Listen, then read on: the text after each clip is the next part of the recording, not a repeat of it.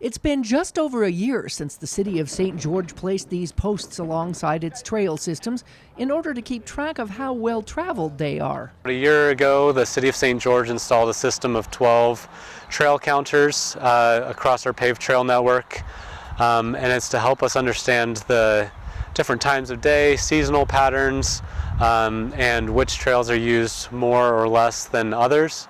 When movement is detected through body heat, the trail counters use infrared light emitting beams across the trail.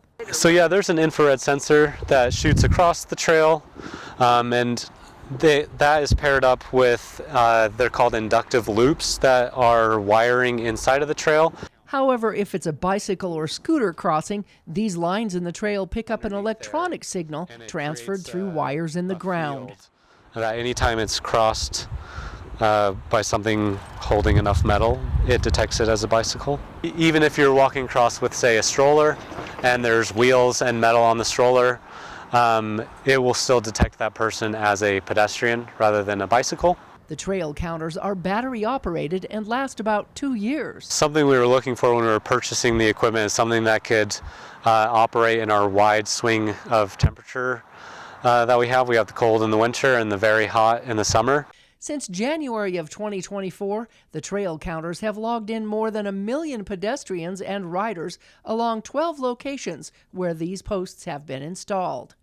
The split was almost even between bicycles and pedestrians. So bicycles was slightly higher, 51% bicycles and 49% pedestrian. So that was really interesting numbers to see as well. While the counters can't tell if someone has gone back and forth through the point more than once, it does keep track of the count and sends the data back to the city.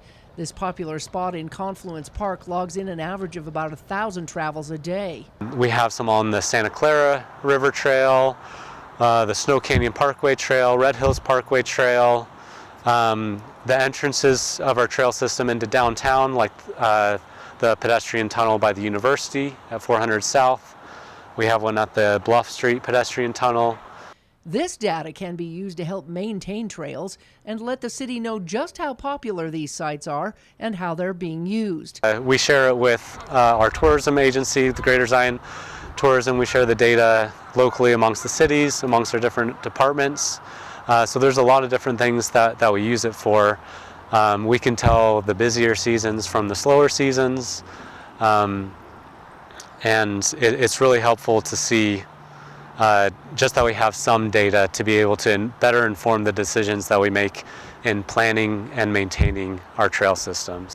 And dog walking happens to be one of the more popular uses of many trails. Everyone is incredibly courteous and people love this trail. So I'm actually really happy that they're counting it because it will give them accurate data to justify funding to keep it maintained and well kept, and it's very well maintained. So St. George City has plans to install 4 more of these trail counters soon. We just applied for another grant and were awarded it through the Dixie MPO, the same program, and it funded an additional 5 years of the data collection software, and it also bought another 14 counters that will be spread out not just in St. George, but Washington City, Hurricane City, Ivan City, and then one for Washington County as well.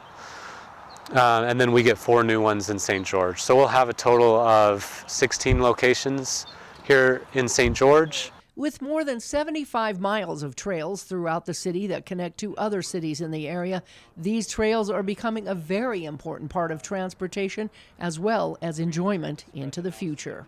In St. George, Melissa Anderson, Community Education News. Oh, yeah.